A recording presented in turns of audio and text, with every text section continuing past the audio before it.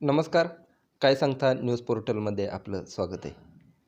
रोज आपण एक वेगळा विषय घेऊन येतो. आजही तसाच एक वेगळा विषय आहे. करमाळा तालुक्यात नव्हे तर संपूर्ण सोलापूर जिल्ह्यात किंग मेकर म्हणून ज्यांची ओळख आहे, त्यांचा आज वाढदिवस. वाढदिवसाच्या निमित्ताने सरांना अनेकांना शुभेच्छा द्यायच्यात. ते सर म्हणजे विलासराव घुमरे, विद्या विकास मंडळाचे सचिव. सध्याचं त्यांच्याकडं पद आहे. शैक्षणिक, राजकीय व कला क्षेत्रामध्ये त्यांनी मोठं योगदान दिलं आहे. उद्योजका तयार करण्यात देखील त्यांचं मोठं योगदान आहे. सरांना अनेकांना शुभेच्छा द्यायच्यात. सरांबद्दल अनेकांना बोलायचं आहे. सरांना अनेकांना शुभेच्छा देत असताना आपल्याला त्यांच्या आयुष्यातील खूप महत्त्वाच्या आणि त्यांच्या जडणघडणीत महत्त्वाच्या ठरलेल्या 10 गोष्टींबद्दल आपण आज जाणून घेणार आहोत. या नेमक्या 10 गोष्टी कोणत्या आहेत? प्रत्येकाचं आयुष्य म्हटलं की कुठे ना कुठे काहीतरी असे प्रसंग असतात की त्यातून माणूस सावरतो, पुढे जातो आणि ते ज्यावेळेस माणूस यशाच्या शिखरावर पोचतो त्यावेळेस या गोष्टीची त्यांना जाणीव होते आणि त्यातून आपल्याला काय प्रेरणा घेता येईल का? आपण ही तशीच वाटचाल करण्याचा काही प्रयत्न करू का? या अनुषंगानं आपण आज सरांच्या आयुष्यातील अशा खूप घटना आहेत सर, मात्र त्यातील मोजक्या आणि खूप महत्त्वाच्या असलेल्या गोष्टींबद्दल आज जाणून घेणार आहोत. हे जाणून घेण्यासाठी यशवंत परिवाराचे आणि विद्याविकास मंडळाचे अध्यक्ष प्राचार्य मिलिंद फंड सर आणि यशवंत परिवाराचे प्राध्यापक प्रदीप मोहिते सर आपल्याबरोबर आहेत. सर, तुमचं स्वागत आहे. सरांचा आज वाढदिवस आहे. सरांचा वाढदिवस खूप मोठ्या उत्साहात साजरा होतो आहे. या उत्साहाचं कारण देखील तसंच आहे. सरांचा या यशवंत परिवारामध्ये खूप मोठा कुटुंब प्रमुख म्हणून ही भूमिका बजावतात. मात्र ही भूमिका बजावत असताना आपल्याला सरांच्या एक 10 गोष्टी अशा पाहिजेत की त्या इतरांना देखील प्रेरणादायी असतील आणि सरांनी ह्या सर्व प्रसंगातून ते बाहेर पडलेले आहेत. त्याच्यामुळं आपण ह्या 10 गोष्टींवरती चर्चा करणार आहोत सर. सर, मी पहिल्यांदा तुमच्याकडे येतो आहे. सरांची नेमकी जडणघडण कशी झाली तुम्हाला विचारण्याचं कारण म्हणजे सर, तुम्ही सतत सरांच्या संपर्कात असतात, सरांबरोबर असतात. तुम्ही पाहिलेले सर आणि सरांच्या आयुष्यातील जडणघडण कशी झाली याबद्दल काय सांगता येईल थोडक्यात? नमस्कार. प्राचार्य मिलिंद फंड, आमच्या विद्याविकास मंडळाचे सचिव आदरणीय श्री विलासरावजी घुमरे सर. त्याचप्रमाणे खरं पाहायला गेलं तर यशवंत परिवाराचं आधारवड म्हणलं तरीसुद्धा काही हरकत नाही असे माननीय श्री विलासरावजी घुमरे सर यांचा आज 69वा वाढदिवस. आणि सरांच्या वाढदिवसाच्या निमित्तानं यावर्षी यशवंत परिवाराच्या वतीनं त्यांचा विविध प्रकारचे कार्यक्रम घेऊन, उपक्रम राबवून आम्ही यावर्षीचा वाढदिवस साजरा करण्याचं ठरवलेलं आहे. खरं पाहायला गेलं तर विलासरावजी घुमरे सर यांची जडणघडण जर म्हणलं आपण तर विलासराव घुमरे सर यांचा जन्म सर्वसाधारणपणे सामान्य कुटुंबामध्ये झाला आणि त्यांनी सुरुवातीपासूनच गरिबी काय असते ही जवळून पाहिलेली असल्यामुळं आणि गरिबाच्या समस्या काय असतात, शैक्षणिक असतील, आर्थिक असतील, ह्या समस्या त्यांनी जवळून पाहिल्या असल्यामुळं, त्याचा अभ्यास असल्यामुळं लहानपणापासूनच त्यांना आपल्याबरोबर जे सहकारी असतात त्या सहकाऱ्यांनासुद्धा आपण बरोबर घेऊन जाणं हे आपलं काम आहे, अशा प्रकारचा दृष्टिकोन डोळ्यासमोर ठेवून त्यांचं पाहायला गेलं तर करमाळा शहरामध्येच लहानपणापासूनच शिक्षण झालं. माध्यमिकपर्यंतचं शिक्षण, 10वीपर्यंतचं शिक्षण त्यांनी महात्मा गांधी हायस्कूलमध्ये पूर्ण केलं आणि यशवंतराव चव्हाण महाविद्यालयामध्ये त्यांनी आपल्या स्वतःचं पदवीपर्यंत शिक्षण पूर्ण केल्यानंतर याच महाविद्यालयामध्ये त्यांनी लिपिक या पदापासून ते त्यांच्या रजिस्ट्रार या पदापर्यंत त्यांनी काम करत असताना मागच्या 30 ते 35 वर्षापासून ते या विद्याविकास मंडळ या संस्थेचे सचिव असून त्यांनी ही संस्था एक चांगल्या पद्धतीनं, योग्य पद्धतीने चालवण्याचा त्यांनी प्रयत्न केलेला आहे. आणि त्याच पद्धतीनं आता जसं जसं त्यांचा लहानपणापासूनचा त्यांचा आपण जर पाहिला आपण तर लहानपणापासूनच त्यांना कौटुंबिक गरिबी असल्यामुळं त्यांना 18व्या वर्षी वयाच्या 18व्या वर्षी नोकरी करावी लागली. कारण कुटुंबाचे प्रश्न नोकरी आपण स्वतः नोकरी केल्याशिवाय आपल्या स्वतःच्या कुटुंबाचा आर्थिक प्रश्न सुटू शकणार नाही आहे, आपल्या समस्या सोडू शकणार नाहीत. म्हणून त्यांना कमी वयामध्येच आपल्याला नोकरीची सुरुवात करावी लागली. आणि ही सुरुवात करत असताना अगोदर सुरुवातीला त्यांनी कुटुंबाला आर्थिक आधार देण्याचं काम त्यांनी केलं.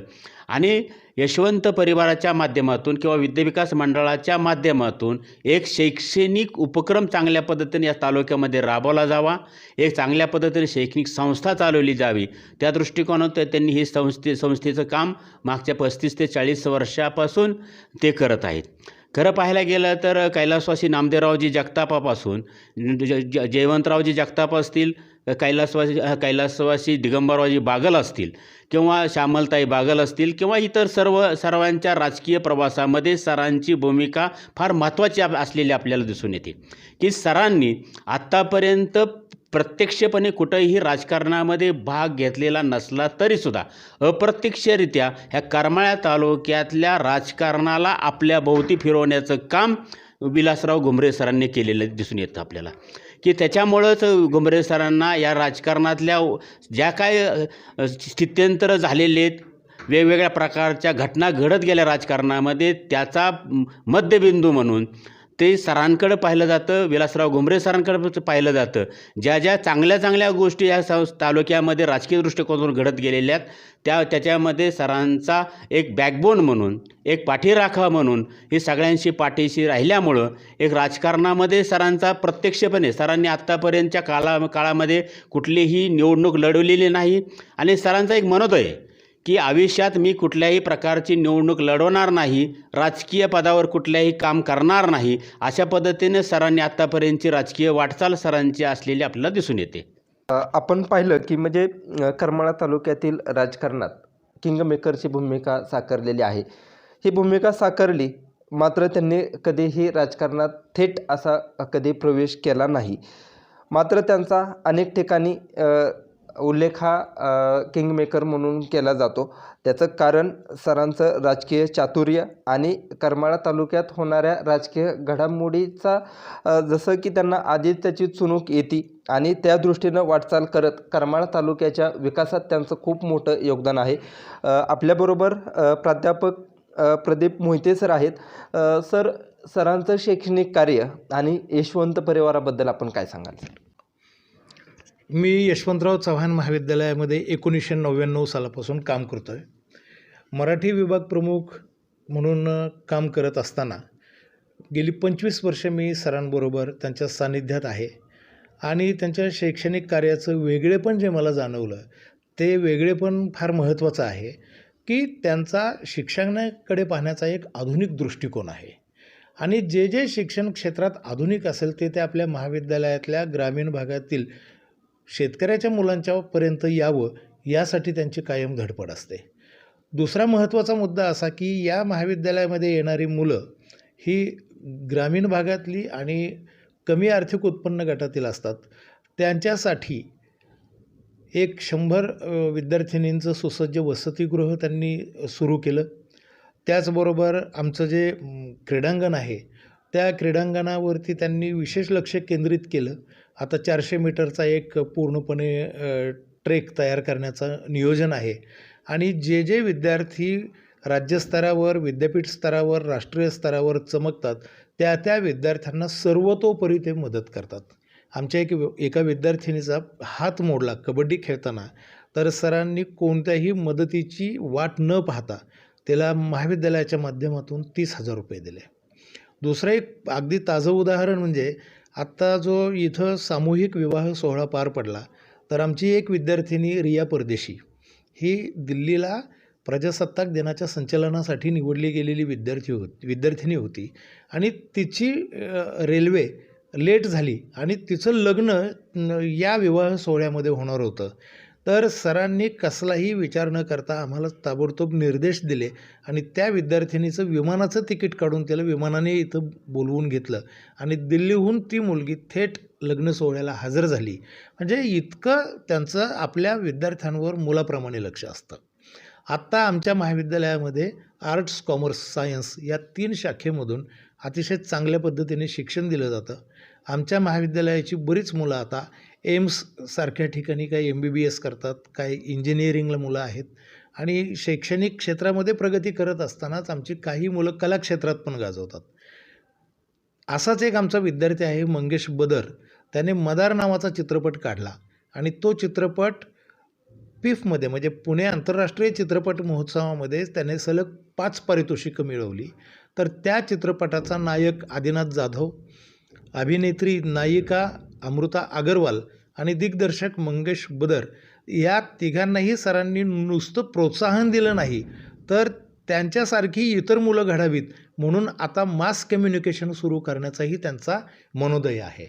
आणि त्याचबरोबर आधुनिक काळामध्ये वाढती कारखानदारी विचारात घेऊन या आपल्या महाविद्यालयातील मुलांची बेरोजगारीची समस्या सुटावी म्हणून नवीन शैक्षणिक धोरण 2020ला अनुसरून आता महाविद्यालयामध्ये नवीन व्होकेशनल कोर्सेस किंवा व्यवसायाभिमुख शिक्षण सुरू करण्याचा त्यांचा मानस आहे. आपण पाहिलं की म्हणजे ज्या संस्थेत सरांनी नोकरी केली आणि त्याच संस्थेतून अनेक विद्यार्थी घडावेत, त्यांच्या रोजगाराचा प्रश्न मिटावा म्हणून सरांची ही वाटचाल सुरू आहे. हे सर्व करत असताना सरांचा दिनक्रम कसा असतो? म्हणजे दैनंदिन कामं आहेत सरांचं, थेट राजकारणाशी संबंधित नसले तरी सरांचा व्याप मोठा आहे. अशा स्थितीत सरांचा दिनक्रम कसा असतो?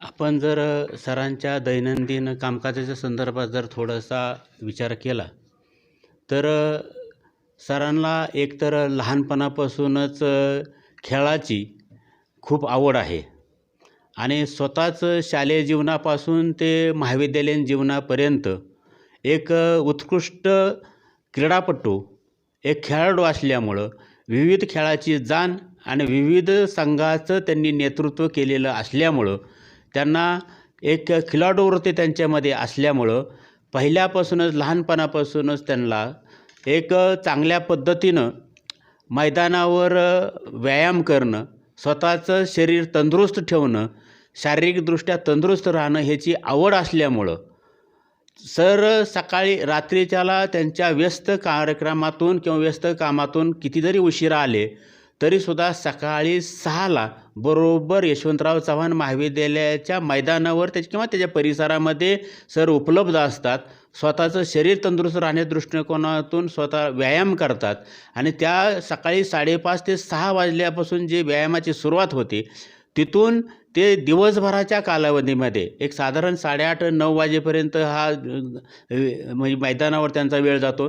त्याच्यानंतर सगळ्यांच्या बरोबर आपण गप्पा गोष्टी करत चहापान घ्यायचा आणि त्याच्यानंतर दिवसभराच्या काल सगळ्या आपल्या परिसरामध्ये झालेल्या घटनेच्या संदर्भात बरोबर आलेले जे काय सकाळी मैदानावर असलेली लोकं असतात, स्नेही असतात, मित्र असतात, त्यांच्याबरोबर चर्चा करणं आणि चर्चा केल्यानंतर आपण सकाळी बरोबर 10 ते 10:30 वाजता जेवण घेणं आणि त्याच्यानंतर संध्याकाळी 5:30 वाजता जेवण घेणं. त्या मधल्या कालावधीमध्ये करमाळा तालुक्यातील असतील, कॉलेजचे असतील किंवा आपल्या विविध संस्थेमधील जे काय प्रश्न असतील त्या प्रश्नाच्या संदर्भात गांभीर्यानं लक्ष देऊन ते प्रश्न सोडवणं आणि ह्या व्यस्त म्हणजे कामातून सुद्धा कुणाच्याही दिवसभरामध्ये कुठल्याही तालुक्यातल्या आपल्या जवळच्या किंवा ओळखीच्या प्रत्येक माणसाच्या सुखदुःखाच्या कार्यक्रमाला उपस्थिती दाखवणं ही सरांचा मनापासून असलेली आवड आहे की कुणाच्याही सुखदुःखाच्या कार्यक्रमाला सर हजर राहणार म्हणजे राहणारच आणि त्यांना धीर देणं, आधार देणं आणि त्यांच्या कार्यक्रमामध्ये सहभागी होणं अशा पद्धतीनं सरांचा दिवसभराचा उपक्रम जातो आणि कार्यक्रमाच्या व्यस्त कामातून संध्याकाळी निवांत 10 वाजता सगळ्या प्रकारचा एक वेगळ्या प्रकारचा ही करून 10 ते 6 वाजेपर्यंत 5:30 वाजेपर्यंत सरांनी विश्रांती घेणं हा दिवसभराच्या कालावधीचा त्यांचा एक दिनक्रम असतो. आपण पाहिलं सरांचा दिनक्रम कसा आहे. मात्र हा दिनक्रम पाहत असताना सरांचं पूर्ण परिवार हा यशवंत परिवार म्हणून ओळखला जातो. तसं पाहायला गेलं तर पूर्ण करमाळा तालुका हाच त्यांचा खरं तर सर परिवार आहे. मात्र यशवंत परिवार हे त्यांचा अतिशय जिव्हाळ्याचा संबंध असलेला हा परिवार आहे. या परिवाराची नेमकी कन्सेप्ट काय आणि नेमकं यशवंत परिवार म्हणून का ओळखला जातो, ह्या परिवाराबद्दल काय सांगाल सर? विद्या विकास मंडळ संचलित हे जे महाविद्यालय आहे याचं नाव आहे यशवंतराव चव्हाण महाविद्यालय. आधुनिक महाराष्ट्राचे शिल्पकार यशवंतराव चव्हाण, तर चव्हाण साहेबांविषयी सरांना खूप आदर आहे. त्यांना ते आदर्श मानतात आणि ज्यांच्या नावाने हे महाविद्यालय चालवलं जातं त्यांच्याच नावाचा एक अनौपचारिक परिवार म्हणजे यशवंत परिवार आहे. या यशवंत परिवारामध्ये आमच्या सर्व शाखा म्हणजे DED कॉलेज आहे, आर्ट्स, कॉमर्स, सायन्स, ज्युनियर आणि सिनियर कॉलेज आहे. याबरोबरच सरांच्या जेवढ्या म्हणून औद्योगिक प्रकल्प आहेत तिथले सर्व कर्मचारी, अगदी उदाहरणच द्यायचं झालं तर विविध क्षेत्रात गेलेले आमचे विद्यार्थीसुद्धा या यशवंत परिवाराचे घटक आहेत. आणि जर तुम्ही आज स्टेज बघितलं किंवा कोणतेही पत्रक बघितलं तर त्यामध्ये संयोजक म्हणून फक्त यशवंत परिवार एवढं असतं. महाविद्यालय नाही किंवा DED कॉलेज नाही किंवा काय, तर समग्र यशवंत परिवाराला आमचा यशवंत परिवार हा कार्यक्रम सादर करत असतो. अगदी साधं उदाहरण द्यायचं झालं तर आपण स्वतः अशोक मुरुमकर हे आमच्याच महाविद्यालयाचे विद्यार्थी आहेत. नंतर यशस्वी पत्रकार म्हणून त्यांनी कारकीर्द सुरू केली, तरीही यशवंत परिवाराशी त्यांनी नातं सोडलेलं नाही. तेही म्हणजे तुम्हीही आमच्याच परिवाराचे एक घटक आहात. अशा पद्धतीने हा यशवंत परिवार टिकून राहण्याचं जे रहस्य आहे, आता फंड सर ज्यावेळी म्हणाले की प्रत्येकाच्या सुखदुःखाला हजर राहणं, तर हे एक सरांचं फार मोठं वैशिष्ट्य आहे. यशवंत परिवारातील कोणताही सदस्य संकटात असेल तर त्याला संकटातून बाहेर काढण्यासाठी सर सदैव तत्पर असतात. मग त्याला आर्थिक मदत लागत असेल तर आर्थिक मदत, त्यांचं स्वतःच्या ओळखी किंवा त्यांचं जे प्रतिष्ठा आहे ती प्रतिष्ठा पणाला लावतील, परंतु ज्या कर्मचाऱ्याला जी काही समस्या निर्माण झालेली आहे त्या समस्येतून त्याला ते सही सलामत बाहेर काढतात. आणि आपण तुझ्यावर काहीतरी उपकार केलेला आहे ही भावना त्यांच्या मनात अजिबात नसते. किंबहुना तसं त्या परिवारातील घटकाला ते कधीही जाणवू देत नाहीत. हे त्यांचं वैशिष्ट्य आहे. यशवंत परिवाराची माहिती आत्ताच पाहिली. सर, हा परिवार खूप मोठा आहे, मात्र सरांची कौटुंबिक माहिती काय आहे सर? अनेकांना उत्सुकता आहे की म्हणजे सरांची कौटुंबिक माहितीबद्दल, नेमकी कौटुंबिक माहिती कशी आहे सर? विलासरावजी घुमरे सर यांचं जर कुटुंब जर पाहिलं आपण तर स्वतः विलासरावजी घुमरे सर आणि त्यांचा सर्व परिवार जर पाहिलं आपण, हे कुटुंब एक अगदी आपण जर पाहिलं तर त्यांना विलासराव घुमरे सर यांना 2 मुलं आहेत. त्यातला मोठा मुलगा त्यांचा विक्रांत म्हणून आहे, त्याला आपण सर किंवा त्यांच्या कुटुंबातले सगळे विकी म्हणून ओळखतात. आणि दुसरा मुलगा आहे आशुतोष आणि त्याला रिंकू म्हणून सर्वजण ओळखतात. सरांचा सुरुवातीपासूनच एक मनोदय असा होता की स्वतःच्या मनामध्ये असायचं की मी जी राजकारणाच्या जवळ आहे,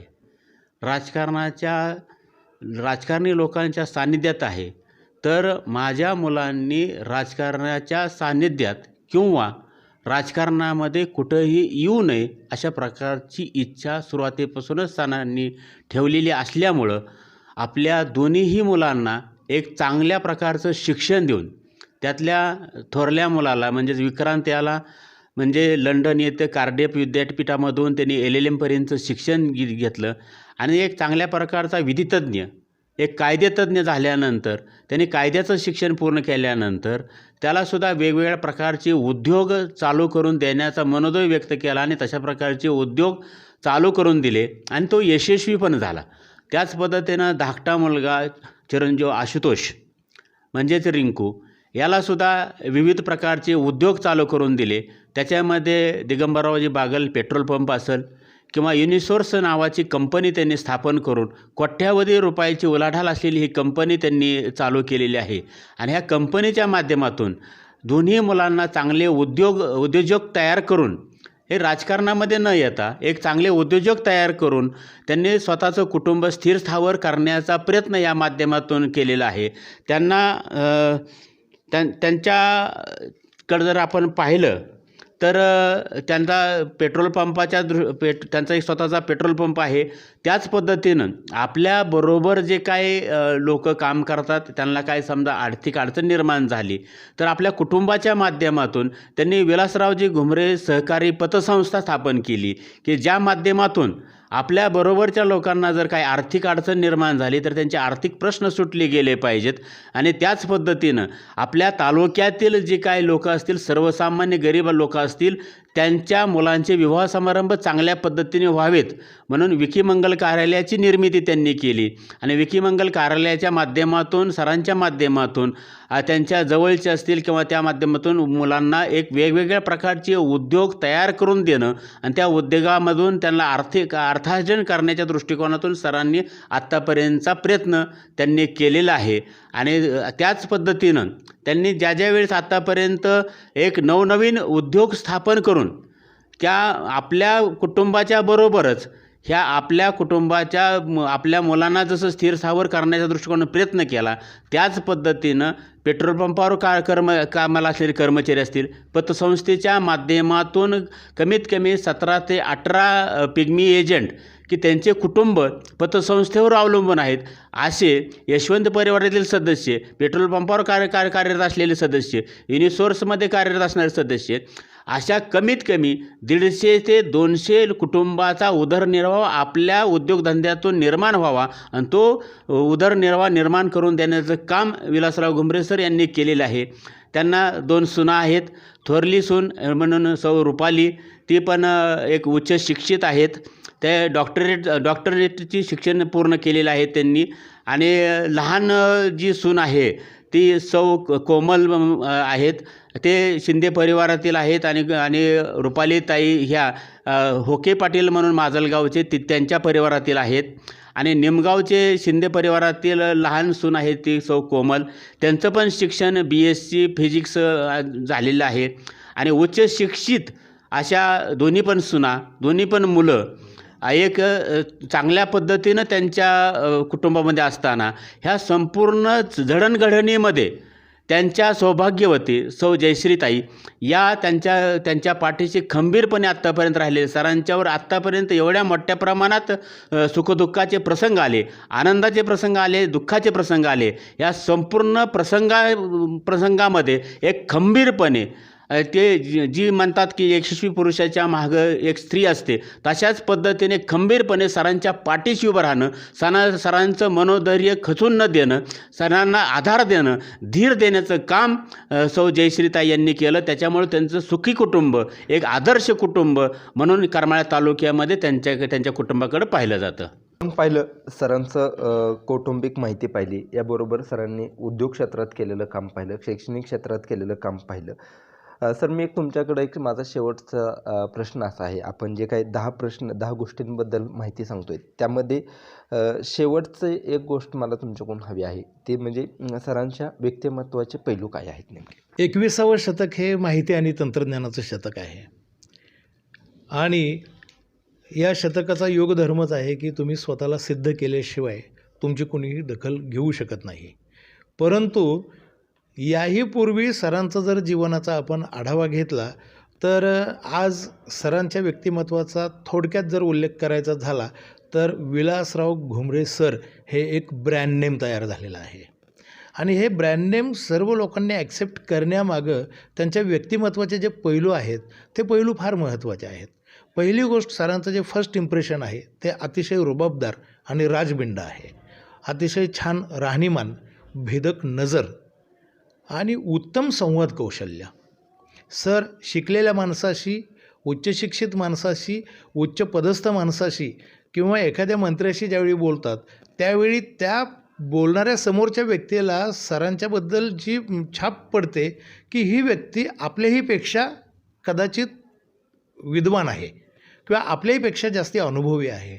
तर हे सरांचं सगळं जे व्यक्तिमत्वाचा जो गुण आहे, पैलू आहे, तो फंड सरांनी सांगितल्याप्रमाणे की त्यांनी जीवन जवळून अनुभवलं आणि ते जीवन अनुभवून ते आत्मसात केलं आणि त्या पद्धतीने त्यांनी स्वतःचं व्यक्तिमत्व घडवलं. म्हणजे अतिशय उत्तम राहणीमान, भेदक नजर, उत्तम संवाद कौशल्य, त्यानंतर वाक्पटुत्व म्हणजे कोणाशी काय बोलायचं आणि हजरजबाबी प्रसंगावधान, अचूक नियोजन, अचूक नियोजनाची अत्यंत कर्तव्य कठोर अंमलबजावणी, वक्तशीरपणा आणि सगळ्यात महत्त्वाचं म्हणजे प्रामाणिकपणा आणि कुठलाही माणूस त्यांच्या चारित्र्याला कधीही गालबोट लागू देणार नाही इतकं निष्कलंक चारित्र्य हे त्यांच्या व्यक्तिमत्त्वाचे पैलू आहेत.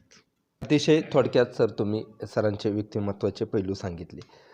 सर शेवटचा सरांच्या आयुष्यातील एक शेवटची गोष्ट म्हणजे अशा अनेक गोष्टी आहेत सरांच्या की म्हणजे त्या सर्वांना उत्सुकता आहे सर त्याच्याबद्दल. मात्र आपण एक 10 गोष्टी अशा सांगत होतो, त्यामध्ये सरांचा शेवटचा एक गोष्ट सर तुमच्याकडून अपेक्षित आहे, ते म्हणजे सरांचा जो मित्रपरिवार आहे, त्या सरांचा मित्रपरिवार हा खूप मोठा आहे, पण त्यातले त्यात उल्लेखनीय असे तुम्ही काय सांगाल सरांच्या मित्रपरिवाराबद्दल? विलासरावजी घुमरे सर यांचा जर आपण मित्रपरिवारांचा जर विचार केला तर आताच मुरुमकर यांनी सांगितल्याप्रमाणे त्यांचा मित्रपरिवार फार मोठा आहे. आणि मी ज्यावेळेस सुरुवातीला सांगितलं की सरांची कौटुंबिक परिस्थिती हालाकीची असताना सरांना कुटुंबासाठी आपल्याला स्वतःला लवकरात लवकर नोकरीला लागल्या पाहिजे त्या दृष्टिकोनातून सर 18व्या वर्षी नोकरीला लागले. त्यावेळेस सरांचा बराचसा मित्रपरिवार हा पुण्यासारख्या ठिकाणी, सोलापूरसारख्या ठिकाणी शिकायला होता. आणि सर आणि सरांचा सर्व मित्रपरिवार हे सर्वसामान्य कुटुंबातले असल्यामुळं तिथं शिकायला असताना सरांना जरी नोकरीत असताना त्या काळामध्ये पगार कमी असला तरीसुद्धा त्या काळामध्ये सुद्धा सरांनी आपल्याबरोबरच्या मित्रांना काय आर्थिक अडचणी शिकताना निर्माण झाल्या तर ती आर्थिक अडचण दूर करण्याचं काम त्या कालावधीपासून सरांनी केलं. आणि दुसरी गोष्टमध्ये मागच्या 50 वर्षापासून त्यांनी वेगवेगळ्या प्रकारचे मित्रपरिवार म्हणजे संकलन केलेलं आहे, संघटन केलेलं आहे. आणि मागच्या 50 वर्षापासून असलेला मित्रपरिवार मागच्याच वर्षी त्यांनी 2022 साली म्हणजे 1982 साली 10वीला असलेली बॅच ते आज 2022 साली म्हणजे 50 वर्षानंतर एकत्र येऊन त्यांनी त्या गेट टुगेदरचा कार्यक्रम साजरा केला. आणि आत्तासुद्धा त्यांच्या मित्रपरिवारामध्ये जर आपण पाहिलं तर फार मोठ्या प्रमाणात त्यांची मित्रपरिवार म्हणजे असंच त्यांचा सगळ्या क्षेत्रात त्यांचे मित्र आहेत. म्हणजे लेखक असतील, कवी असतील, पत्रकार असतील, उद्योजक असतील किंवा वेगवेगळ्या प्रकारचे राजकीय मित्र असतील, सामाजिक मित्र असतील, हे वेगवेगळ्या क्षेत्रामध्ये सरांचे मित्र असल्यामुळं उदाहरणार्थ बाबा म्हणजे आता ज्येष्ठ कवी आणि एक चांगले प्रख्यात व्याख्याते म्हणून ज्यांच्याकडं पाहिलं जातं असं प्राचार्य सुरेश शिंदे असतील.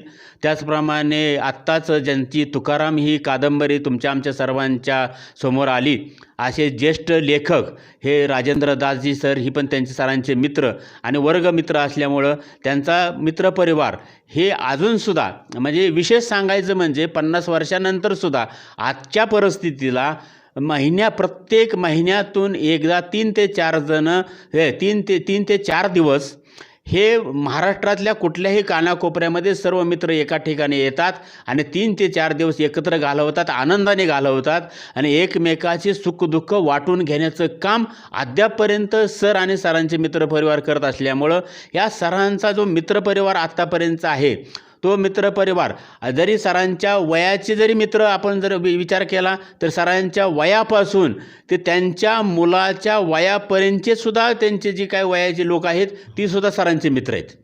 आता सरांच्या वयाचेच मित्र असे नाहीत परंतु सरांच्या मुलाच्या वयाचे सुद्धा बरेचसे मित्र आहेत. म्हणजे सर वयस्कर असतील, तरुण असतील किंवा लहान असतील, मध्यम वर्ग असतील त्या सर्वांना बरोबर घेऊन त्यांच्याबरोबर मैत्री करून ती मैत्री टिकवण्याचं काम सरांनी आत्तापर्यंत केलेलं आहे. आणि ती मित्र जे आहेत आणि त्याच दृष्टिकोनातून मी या निमित्तानं सांगणार आहे की मागच्या 4 ते 5 वर्षापासून आपल्याला कोरोनामुळं आणि त्यानंतर मागच्या 1-2 वर्षामध्ये काही कारणामुळं आम्हाला सरांचा वाढदिवस मोठ्या प्रमाणात साजरा करता आला नाही. म्हणून यशवंत परिवारांनी आणि सरांच्या सर्व मित्रपरिवारांनी असं ठरवलं की यावर्षी सरांचा वाढदिवस एक मोठ्या प्रमाणात आणि चांगले उपक्रम राबवून करायचा. त्याच्यामुळं आम्ही यावर्षीचा सरांचा वाढदिवस मोठ्या पद्धतीनं करण्याचं नियोजन केलेलं आहे आणि तेच नियोजन केलेलं असल्यामुळं यावर्षी आम्ही चांगल्या पद्धतीनं ह्या वाढदिवस साजरा करणार आहोत. आणि आजचा सरांचा खरं तर वाढदिवस आणि आमचा सगळ्यांचा यशवंत परिवाराचा वर्षातला सगळ्यात आनंदाचा जो दिवस असेल ना, त्या दिवाळीपेक्षा आणि गुढीपाडव्यापेक्षा आणि कुठल्याही सणापेक्षा जर सगळ्यात मोठा आनंदाचा दिवस जर असेल तर सरांचा वाढदिवस.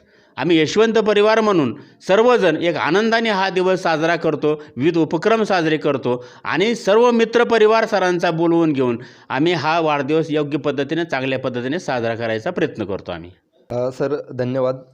अतिशय कमी वेळात आणि मोजक्या शब्दांमध्ये आपण सरांच्या मित्रपरिवाराबद्दल माहिती सांगितली. सरांच्या आयुष्यात खूप अशा काही गोष्टी आहेत त्या शब्दांच्या पलीकडच्या आहेत आणि 10 गोष्टींमध्ये बसवणं देखील कठीण आहे. मात्र कमी ह्याच्यात अतिशय थोडक्यात आपण 10 गोष्टींमध्ये सरांच्या आयुष्याबद्दल सांगण्याचा हा प्रयत्न केला. काय सांगताशी बोलण्यासाठी विद्या विकास मंडळाचे अध्यक्ष प्राचार्य मिलिंद फंड सर आणि यशवंतराव चव्हाण महाविद्यालयातील प्राध्यापक व यशवंत परिवाराचे सदस्य प्राध्यापक प्रदीप मोहिते सर यांनी वेळ दिला. अतिशय थोडक्यात सांगण्याचा प्रयत्न केला. सरांना वाढदिवसाच्या काय सांगताकडून देखील शुभेच्छा. धन्यवाद.